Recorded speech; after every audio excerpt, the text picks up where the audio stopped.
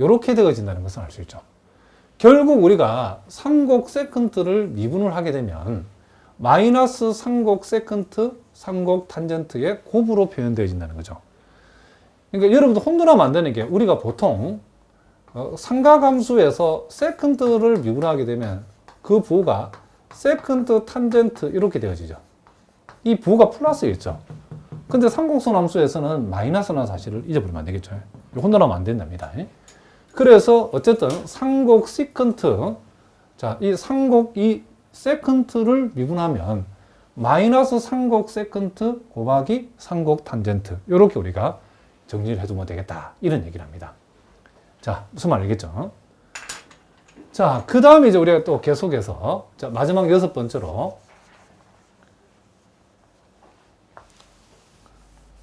자, 6번째 우리가 상곡선 함수로서 상곡 코세컨트의 우리가 정의가 이렇게 생겼다는 것은 우리가 아하, 요 상곡 코세컨트는 상곡 사인의 역수구나 라는 것을 우리가 알 수 있죠. 자, 요 놈도 우리가 여기서 요것을 fx라고 두게 되면 f-x를 생각해 보니까 요것은 2의 마이너스 x승 빼기 2의 x승 분의 2 이렇게 되죠.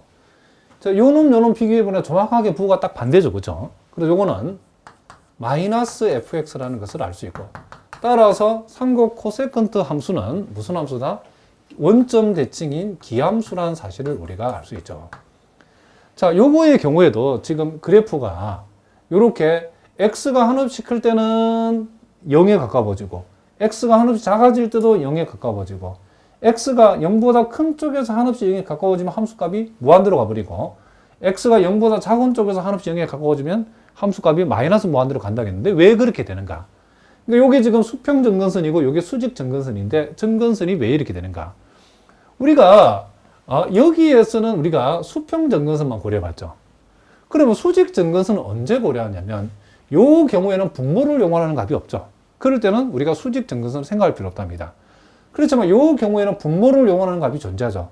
그러니까 우리가 수직 점근선은 분모가 0 될 수 있을 때는 수직 점근선을 우리가 따져서 그래프를 그려준다라고 생각하시면 된답니다. 자, 일단 요거도 우리가 리미트 x가 한없이 무한대로 갈 적에 자, 코시컨트 자, x의 이 코세컨트 x의 극한값을 두세 보면 x가 무한대로 가면 요거는 0되고 요거는 무한대 되니까 무한대분 2니까 극한적으로는 이게 0이 되어진다는 것을 알 수 있고, 또 x가 한없이 마이너스 무한대로 갈 때에도 요 경우에도 이번에는 요 놈이 0이 되고 요 놈이 무한대가 되니까 무한대분의 상수는 0 되어서 0이다라고 얘기할 수 있다는 거죠. 그러니까 x가 한없이 커질 때는 함수값이 극한적으로 0에 가까워지고 x가 한없이 작아질 때도 함수값이 극한적으로 0에 가까워지는 이런 그림이 나온다는 거죠. 그리고 이제 수직 점근선 x가 한없이 0 플러스로 가까워질 때에 자, 그러면 요게 지금 여기에 0을 적용하면 분명히 1-1분의 2가 되어져 가지고 이게 0분의 2가 되어서 극한적으로는 이게 무한대가 된다는 건 확실한데, 아까도 얘기했지만은 0 플러스를 여기다 적용했을 때에 앞쪽은 2의 플러스 형성이고 뒤쪽은 마이너스 형성이기 때문에 어쨌든 요 두 개를 비교하면 앞쪽이 커져. 그렇죠? 요 경우에는 어쨌든 극한적으로는 이게 뭐다? 무한대는 무한대인데 무슨 무한대다? 플러스 무한대다는 거죠. 그래서 x가 0보다 큰 쪽에서 한없이 0에 가까워지면 이 함수값은 한없이 커져 버린다는 거죠. 무슨 말 알겠죠? 그 이유는 여기에 0을 여기 0을 적용했을 때 극한적으로 1이 되기는, 요것도 극한적으로는 1이 되고 요것도 극한적으로 1이 되는데, 그래도 요놈이 요놈보다는 더 큰 1에 더 근접한 값이다. 좀 말이 애매하긴 한데 어쨌든 더 크다. 그래서 큰 놈에서 작은 걸 뺐으니까 전체 부호는 무한대는 무한대인데 무슨 무한대다? 플러스 무한대다. 이렇게 여러분이 기억해 두시면 된다. 이런 얘기를 합니다. 그러면 그 반대로 이제 x가 0보다 작은 쪽에서 한없이 0에 가까워진다 라고 했을 때는 자, 그때는 우리가 0 마이너스를 여기 적용하면 앞쪽이 2에 그쵸 마이너스 0승, 뒤쪽이 2에 플러스 0승이 되기 때문에 자, 요 뒤쪽이 커지는 경우죠. 그렇기 때문에 우리가 여기에서 우리가 x가 0 마이너스로 가까이 한없이 가까워진다고 했을 때에 무한대는 무한대인데 무슨 무한대다? 마이너스 무한대가 된다는 거죠. 그러니까 x가 0보다 작은 쪽에서 한없이 0이 가까워지면 함수값은 한없이 지금 작아버린다는 것을 우리가 알 수 있다. 그래서 이와 같이 원점 대칭인 이와 같은 우리가 삼곡선 그림이 나온다는 것을 우리가 알 수 있다. 이런 얘기를 합니다. 자, 무슨 말인지 아시겠죠? 그리고 이제 우리가 여기에서도 우리가 요 삼곡 코세컨트 함수에 이제 우리가 도함수를 우리가 한번 생각해 봅시다. 자, 요 삼곡 코세컨트 함수의 도함수, 요걸 미분하면 어떻게 되는가? 자, 삼곡 코세컨트는 삼곡 사인의 역수라고 했으니까 우리는 삼곡 사인분의 1을 우리가 어떻게 한다? 미분한다고 생각하면 되죠. 그럼 요 경우에도 우리가 분수식 미분을 적용하면 삼곡 사인의 제곱분에, 자, 분자를 미분하면 0되고 분모를 곱하도 0이니까 0은 쓸 필요 없죠. 0 마이너스. 그리고 분자를 그대로 분모를 미분하면 결국 삼곡 코사인이 이렇게 남는다는 것을 알 수 있죠. 그럼 여기에서도 우리가 분모에 있는 삼곡 사인 제곱을 자, 삼곡 사인, 자, 이렇게 삼곡 사인 하나씩 떼보겠습니다. 삼곡, 자, 다시 한번 삼곡 사인, 자, 분의 삼곡 코사인. 자, 이렇게 했을 때에, 자, 요 마이너스는 그대로 적어주고 삼곡 사인분의 1은 삼곡 코세컨트와 같죠. 그래서 삼곡 코세컨트라고 적어주고 삼곡 사인분의 삼곡 코사인은 삼곡 코탄젠트와 같죠. 삼곡 코탄젠트 이렇게 우리가 적어줄 수 있다 이런 얘기죠. 그러니까 결국 삼곡 코세컨트를 미분하면 마이너스 삼곡 코세컨트 자기자신 한번 써주고 삼곡 코탄젠트를 곱하면 된다. 요게 우리가 미분구하는 공식이다 이런 얘기를 합니다. 자, 무슨 말인지 아시겠죠? 자, 그러면 요와 같은 내용을 우리가 기본에서 몇 가지 기본적인 문제 연습을 한번 해보겠습니다. 자, 첫 번째 요 우리가 나와 있는 문제는 자, 기출 문제인데, 자, 요런 문제들 우리가 얼마든지 시험에 나올 수 있다는 거죠. 자, 함수 fx가 삼곡 사인 2x일 때에 함수값 fln2의 값을 한번 구해봐라. 그랬죠. 그럼 우리가 여기에서 fx라고 하는 것이 삼곡 사인 2x라 했을 때 이거는 구체적으로 뭐죠? 2분의 2의 2x승 빼기 2의 마이너스 2x승이죠. 우리가 요 자리가 x일 때에 요 자리가 x고 x였죠. 그럼 여기 2x면 2x, 2x로 써주면 되죠. 이렇게. 그러므로 우리가 여기에서 fln이라고 하는 것은 결국 2분의 2의 2ln이 빼기 2의 마이너스 2ln이 이렇게 되어진다는 것을 알 수 있죠. 그럼 여러분들이 이제 이런 값이 얼마인지 모르면 안 되죠. 우리가 2의 2ln이라고 했을 때에 요 진수의 이 로그 앞에 곱한 값은 진수의 지수로 올라가니까 이렇게 되죠. 그럼 요 로그의 밑이 2니까 이 전체 값은 2의 제곱, 즉 4가 된다는 것을 알 수 있죠. 그리고 2의 마이너스 ln 2승은 2의 ln 2의 마이너스 2승이니까 요 값은 역시 같은 방법을 하면 4분의 1이 되어진다는 걸 알 수 있죠. 그러므로 우리는 이것을 적어보면 2분의 4 마이너스 4분의 1이고 분모 분자에 4를 곱하면 8분의 16에서 1 빼면 뭐죠? 15죠. 그래서 우리가 계산하고자 하는 값은 8분의 15가 되어진다는 것을 우리가 알 수 있다. 자, 뭐라고요? 8분의 15가 우리가 구하고자 하는 값이다. 자, 이런 얘기죠. 그러니까 요거는 우리가 삼곡 사인의 정의만 알면 그냥 풀 수 있는 그런 문제랍니다. 자, 무슨 말 알겠죠? 그 다음에 이제 우리가 또 두 번째 문제를 살펴보면, 자, 삼곡 코사인 lnx에서 자, 3에서의 미분계수가 f'3을 계산해 보라 하겠죠.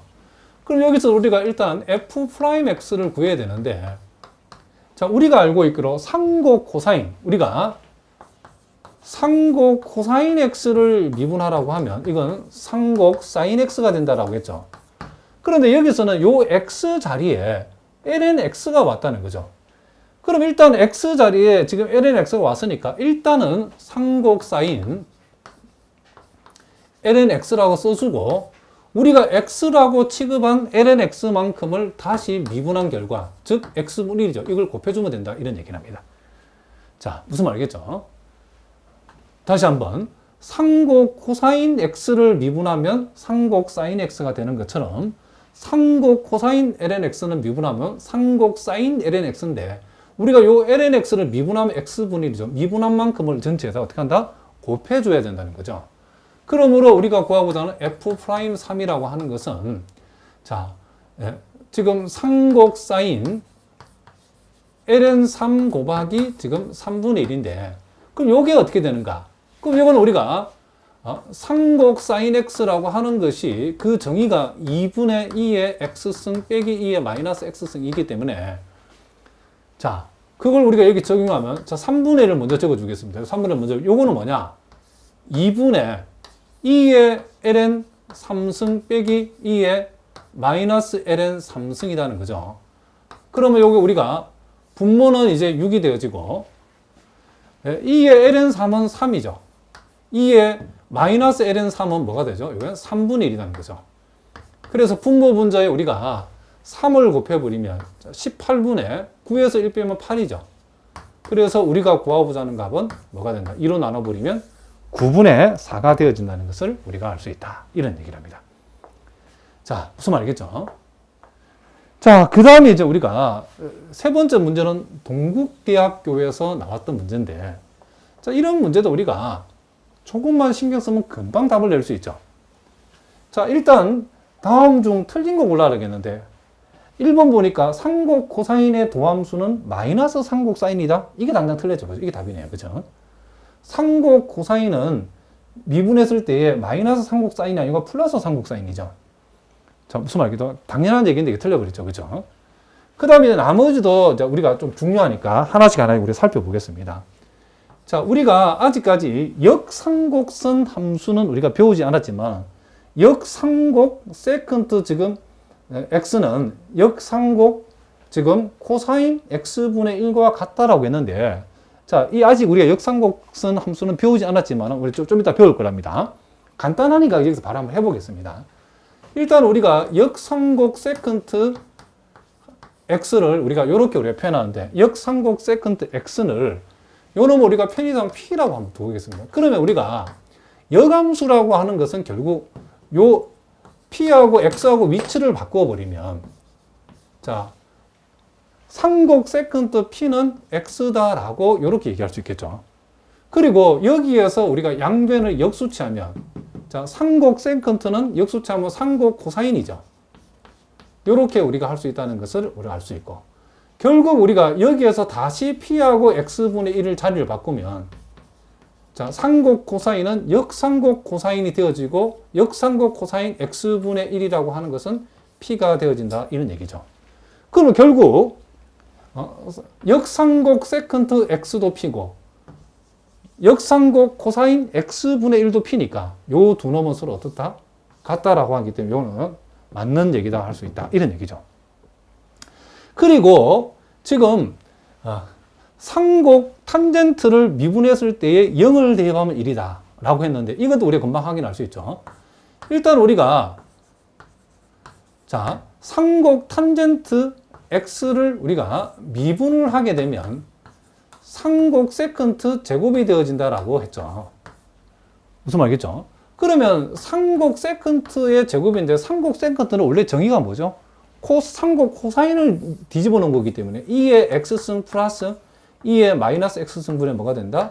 2가 되어진다는 것을 알 수 있죠. 그러면 여기에다가 x 대신에 0을 대입하고, 이 말이 여기다가 0 집어넣고 0 집어넣으면 그 결과는 뭐죠? 당연히 1 나오죠. 그렇죠? 이거 맞는 얘기다 이런 얘기죠. 자, 상곡 탄젠트를 미분한 데다가 0을 집어넣는다는 것은 결국 여기에 0 집고 여기 0 집어넣으면 요 놈이 1 되고 1 되니까 2분의 2가 되죠. 2분의 2는 1인데 1을 제곱이 1이니까 이게 맞다는 거죠. 얘도 맞는 얘기죠. 자, 2번도 맞는 얘기고 3번도 맞는 얘기다. 그리고 얘는 당연히 맞죠. 상곡 코사인 제곱에서 상곡 사인 제곱 빼면 뭐 된다? 1이 된다라고 우리 이미 앞에서 공부를 했답니다. 자, 이렇게 해서 오늘 우리가 기본 6가지 상곡선 함수의 그 정의와, 그리고 그 이 6개의 삼곡선 함수의 그래프의 개형, 그리고 요 기본 6개의 삼곡선 함수와 관련된 각각의 도함수들까지 우리가 살펴봤는데, 그리고 몇 가지 우리가 항등 관계가 어떻게 나오는지도 살펴봤는데, 다음 시간에는 본격적으로 이 삼곡선 함수에서 만들어진 공식들을 우리가 본격적으로 한번 살펴보고, 미분에 관한 문제도 뒤에서 우리가 많이 한번 다뤄보도록 하겠습니다. 자, 요 내용은 여러분들이 특별히 우리가 물리를 공부하실 분들은 이 삼곡선 함수는 물리에서 많이 응용되기 때문에 꼭 여러분들이 신경을 써서 공부를 해 두셔야 된답니다. 자, 오늘은 여기까지 하겠습니다. 여러분 오늘도 수고하셨습니다.